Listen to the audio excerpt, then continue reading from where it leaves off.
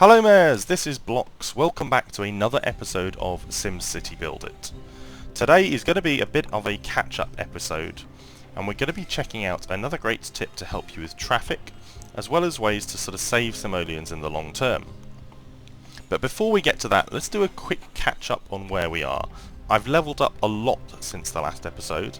I've actually tried to record this episode 3 times already, and I've had major technical kind of problems with the sound cutting out, video not working, things not recording properly. It has been an absolute nightmare, so it's taken me weeks longer than I'd hoped to get this episode out to you, so I hope you still like it. I'm also going to keep the episode shorter than last one. It ran on a bit last time. We were up towards 19 minutes, and that's not within my sort of 10 to 15 minute goal per episode, so I'm going to try and keep this one a lot shorter for you. But I'm going to catch you up on the various bits and bobs I've done with my city. Let's look at that tip now though.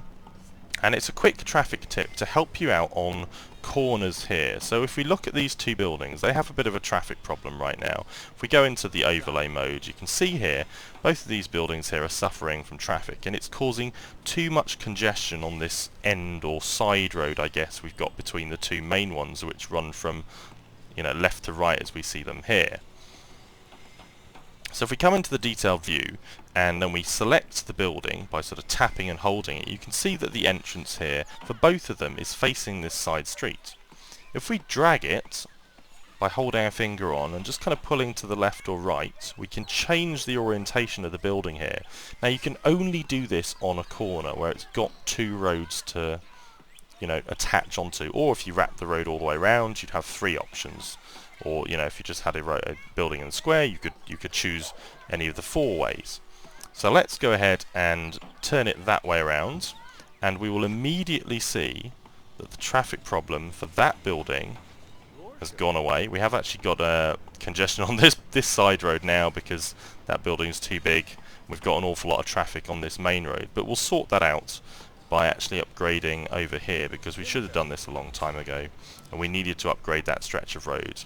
And the tip I showed you before in one of the early episodes, that great tip to solve your traffic problems with long roads, you can see we're not even using this piece of road down here, but literally by just upgrading that bit of road, which isn't near those buildings, we've solved the traffic problem along that road, which is a bit of a strange system, but it works, and you know, that's great. And you can also see, obviously, like I said, we've solved the traffic problem on this side road. We are actually going to go ahead and rotate this building as well and turn that one to face the main road.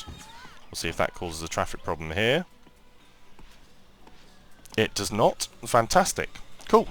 Okay, so a bit of a catch up on my city then. You can see I've got 26 or so golden keys here. I got up above 50 actually, and I spent that excess on the university here, which looks amazing. I really like this building.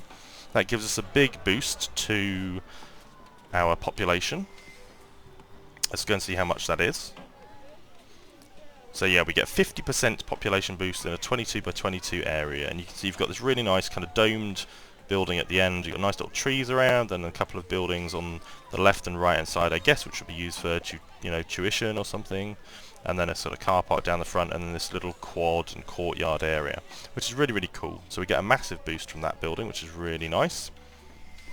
And I'm going to start thinking about putting some of my education buildings together. So if I just select the university again, you can see that we've got education buildings here scattered around the city. We've got our Department for Education over here, we've got our public library here, we have, I think it's our community college down there, yeah, and then our high school is in the middle there. And I want to sort of bring those together and start to think about the city in terms of almost zoning it. So in this corner we've got our industrial zone almost, with our sort of coal power plants, that's the one, garbage incinerator. I brought a little fire station over here as well to almost sort of represent the danger of having things burning and stuff like that. We don't actually need the fire station for this area because these don't require fire coverage. You can see they're white there, whereas if they actually did require it, they'd be red because they're not covered. And I've expanded our fire coverage across the city here, so we're covering all of our residential buildings right now, which is great. Let's go and pick these up from our factories. And let's get some more minerals going. Probably gonna need some more seeds. And then we'll talk a little bit more about these zones, because I want to do a kind of like a Las Vegas style strip sort of gambling zone down here in this sort of desert area. I think that might be a nice way to theme that area. So I'm going to go for that. We'll unlock gambling at level 25, so it's not too far away. And we'll be looking to do the airport as well next episode, which is going to require 260,000 sims. So we're not quite halfway to that yet, but we're not too far off. Fingers crossed, if I push on, then we can get that done by next episode.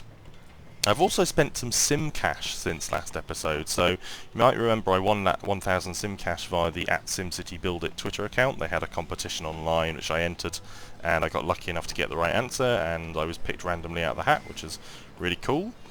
And I've spent a little bit of that on some of the buildings and the slots down here. So you can see we've got 5 slots in the hardware store here, we've got a couple in the farmer's market, and I think I'm going to expand these. I've got 6 here in the building supply store, and I'll probably open this one up more as well, because I need a lot of those building supplies I'm finding in the long run. I think that's going to be it for today though. That's pretty much everything I wanted to cover. What I will do, like I said, is push on with the next episode and start working towards our airport. I'm going to unlock a couple of these expansions while I've got you here as well.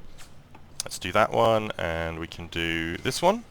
Cool, and then I'll bring a road out this way. Oh, we've just got another achievement.